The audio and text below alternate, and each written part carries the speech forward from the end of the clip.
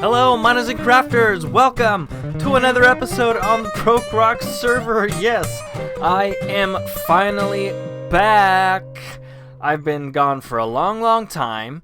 PC issues. PC issues is the two words that I have to say. My PC just stopped being able to keep up with the workload that I was putting it through. I tried to record an episode on BrokeRock a few weeks ago, and it just wasn't working. It just stopped processing all the stuff that I needed it to do and wasn't able to keep up. So I went ahead and got myself a new PC, built it from scratch. I got a graphics card from SentreNet, and now check this out. 48 chunk render distance. I can actually see people's bases from my own. Let's have a fly around, just so you can see how gorgeous everything looks. This is the first time, by the way, I've been able to actually fly properly ever since I played on Xbox, because the chunks wouldn't load fast enough, and I just couldn't really fly efficiently because I couldn't see that far ahead of me. But look at this. This is the BrokeRock server in all of its glory. Look, this is how things were meant to be viewed. This is gorgeous. And of course, on our recent stream day, we did all this. I wasn't able to join, but look at this beauty. Anyway, me having a new PC opens up a lot of doors for some good content. And hopefully from now on, you guys will be able to get some better looking stuff. By the way, I think this is JuddSamurai. I didn't know that all these bases were this close to me, by the way. And I also didn't know that the slime farm is this close to my base. It's actually one rocket away. Okay, so some changes have been made since you guys last saw this farm. First of all, you'll notice that I got rid of the Vindicators and replaced them with Iron Golems. Now, if you have seen my latest video that I posted a slime farm tutorial explaining why these ones are more efficient. It's pretty much better in every way. It's safer because you don't have to deal with hostile mobs when you're putting them in there. It's a bit cheaper because, let's face it, I had to dedicate an entire episode just to building this thing. Plus, you have to fish all the name tags to get. And it was just easier to just build some iron golems. Much faster, they're stronger, and the slimes are actually attracted towards them, so they'll get killed faster because they also pathfind towards them. They don't have to chase them around like the Vindicators do. So it's pretty much better in every single way. And as you can see, it is working overtime. I mean, the rates that I'm getting for these are absolutely ridiculous. I'll show you right now. I've built the collection system as well. This is where it's gathering, but it's not that full right now because I've combined them all into slime blocks. Look! That's how much I got so far, and this is only for just a few hours of AFK. It is very, very efficient, and it is actually not really taking advantage of the full of it yet. Let me just show you down here. So you might notice it's going to get a bit loud. That's because I have these observers here on a clock, and I got these droppers. These hopper minecarts are unloading everything into here. I just place a whole bunch of hoppers rather than come up with some water stream excuse. I have plenty of iron. Iron is not a problem anymore, so might as well just go overboard. Do it the reliable way. These ones here are working fine. The ones below have half of them working. This one on the left side isn't working. That one on the right side is. That's because this is stalled. I gotta fix this up a little bit. It's not the same as every one of mine. Build it wrong. And the reason I haven't built any other platforms is because I haven't had the gold yet, which is what is going to be the main theme of this episode. Build a gold farm so that I can build a slime farm. So in order to build this slime farm, I've had to dig out 4 chunks. I've had to build an iron farm, and I'm going to build a gold farm just so I can have a lot of slime. What can I say? I love farming slime.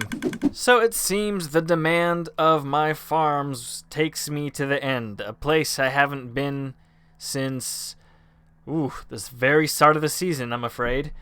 I was planning on coming back here and defeating the dragon myself in a very neat little sketch. But that's not going to happen today. Today we are here for all of this obsidian.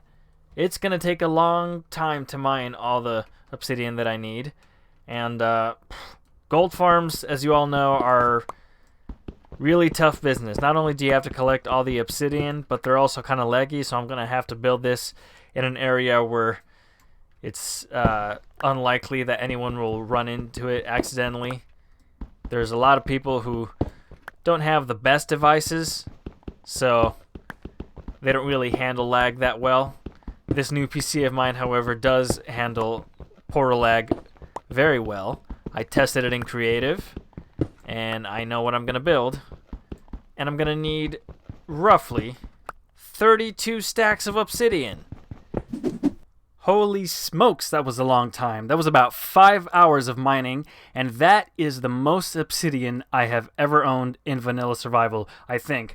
I really can't remember of a time that rivaled this, but let's take a look at this. I've had to hollow out an entire pillar just to get that much obsidian. This pillar is as hollow as my soul. Oh, and if you're wondering why I'm not using the piglin borrowing farm that I built a few episodes ago, it's because that would defeat the whole purpose, right? I need the gold. I can't spend it. That's why I'm building a gold farm. Okay, I've arrived at the spot where I plan on building this thing. I chose this spot because it's pretty much isolated from everyone else's base. These nether portals are kind of laggy when you build them big like this for the farms. And I just realized right as I was about to start recording this clip that there's a ocean monument right over there. So I'm not going to build too close to that because obviously mining fatigue plus obsidian, not good. So it's probably going to be right over this area here. So might as well go ahead and get to building. Oh my god. So in between this clip and the last clip, I have watched Minecon Live. I know, we're getting a cave update. But anyway, this is how much progress I have done. I had to stop recording for the night because it was getting a bit late. But I'm going to continue building the gold farm. These portals are... It's actually quite a big build. I thought it would be the easy part, but I mean it is still the easy part. Collecting the obsidian was way harder, but I thought this would have been like a 10-minute thing. No, it's actually quite difficult because I forgot a lot of stuff. I forgot a bed to skip the night. I forgot torches to light the place up, so I'm having some trouble. Anyway, let's get back to the building. I just want to take this time to remind you guys that if you like this video, please leave a like, please subscribe, and please share this around because it really helps out. Okay, on to the buttons now. I have to put buttons in front of each one of these portals, otherwise the piglins are not going to want to fall off. It's just a zombified piglins. Pigmen? I don't know. I'm just still not used to the name change, but whatever they're called now, zombified piglins, they need buttons to walk off.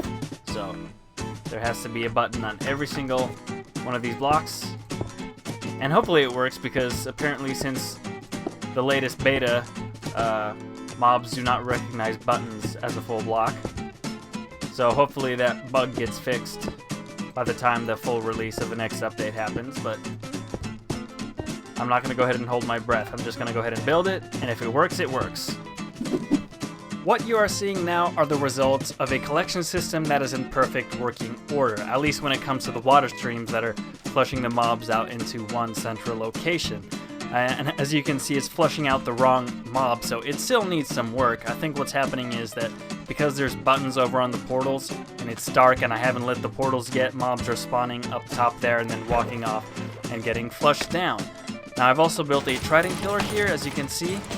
The mobs are falling into it and they are dying immediately, which means that I am not getting loot or XP from them. So that means I probably need to either bring up the trident killer higher, bring down the location which they fall, or figure out something else. Now I think if I just put a ladder up there, it might have them all drop from a lower spot without me having to adjust anything too much. But let's have a look up here. Now this is the collection system. These buttons here are what making them fall off, and they fall into this trench here and then get pushed all along the edge to the end. Now of course these spiders are not going to be here in the final design. I'm going to slab the edges over, and I'm going to try and prevent all other spawns. And then everything is going to fall down into here. 21, 22, 23, and 24. Ah! Oh my goodness. I wasn't expecting that. Oh my goodness. Oh. Well, anyway, it does look like it is working though. It does need some priming time. In other words, it does need some time for the portals to, realize how big they are and to start, pumping out piglins at a regular rate. But it does look like it's working. All the zombie piglins that I saw fall out of the portals that I lit went down into the trench just as expected, went down the middle, and fell down. So, I have solved the problem of mobs dying instantly upon falling, and it was as simple as adding a cobweb a few blocks into the drop chute. Now, that creates a delay between the spawning and their death, but it doesn't really matter because these gold farms are not dependent on any mob cap. They will work no matter what. For the same reason, I also don't really care that the babies are surviving, because it still won't break the farm. However, solving that problem made me realize that there's an even bigger problem on the table.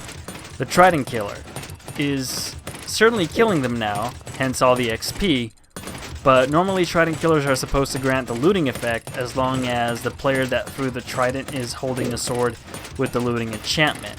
But I've been testing it for some time, and I haven't been getting the looting effect, nor am I getting any player kill drops, such as golden swords or ingots.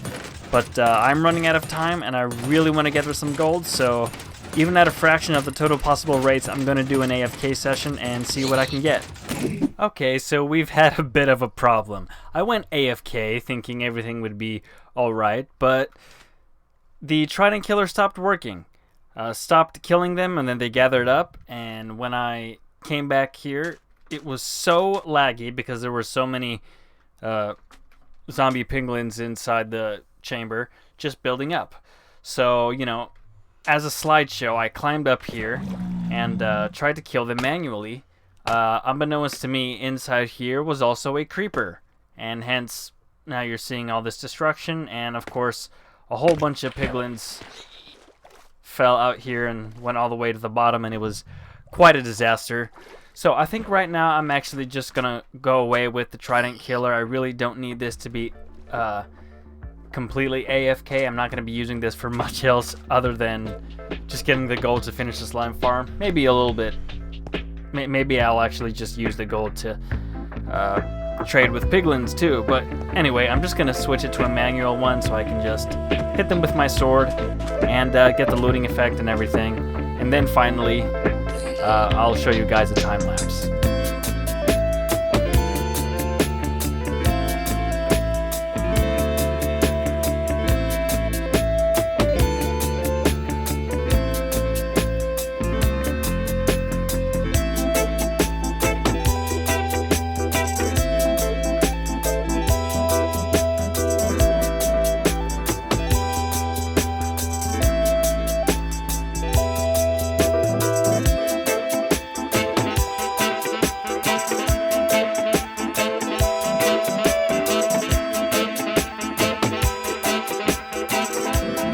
My goodness, that is loud, but I think it is finally ready.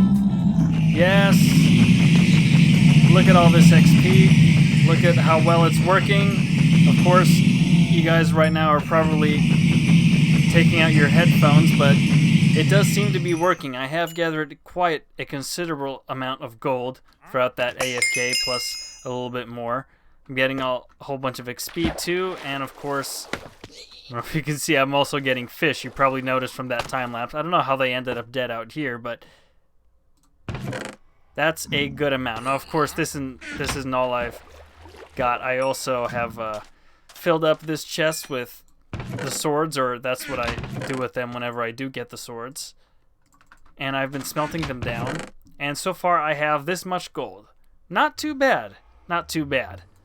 But yeah, this right now seems to be the final design. I put a hopper minecart right there so that everything just gets sucked down, and then I just took a regular collection system, nothing too fancy. Everything is manual. I actually, while I was AFK, I did die, and I lost my netherite sword and my helmet, so I had to make a new sword. I had to re-enchant it and everything, so I've come a long way, but it is finally working. Now, decoration is unfortunately not going to happen in this episode, but in the next episode, I'm probably going to decorate it, make it looking all nice, and make this much more appropriate, because all I'm doing right now is just climbing this scaffolding, which is just no good. And of course, one flaw that I've noticed is that if I just AFK up here, then all the way at the top, there's parts of the farm that are in the instant despawn, or not instant despawn, but in the random despawn. So I actually have to AFK just a little bit higher so that I can load both the kill chamber down there, and I can load all the mobs up here. So, as you can see, all the way at the very end, those mobs would despawn if I were to just stay all the way down there. I think there should be a saying in Minecraft that goes, if the resources you gather from the farm you just built stack higher than the farm itself, then it was worth it. And I think it was definitely worth it. Now, it's not really that snappy of a saying, but hey, I can invent stuff. But anyway, that is going to do it for this episode. If you liked it, please do leave a like, and don't forget to hit that bell.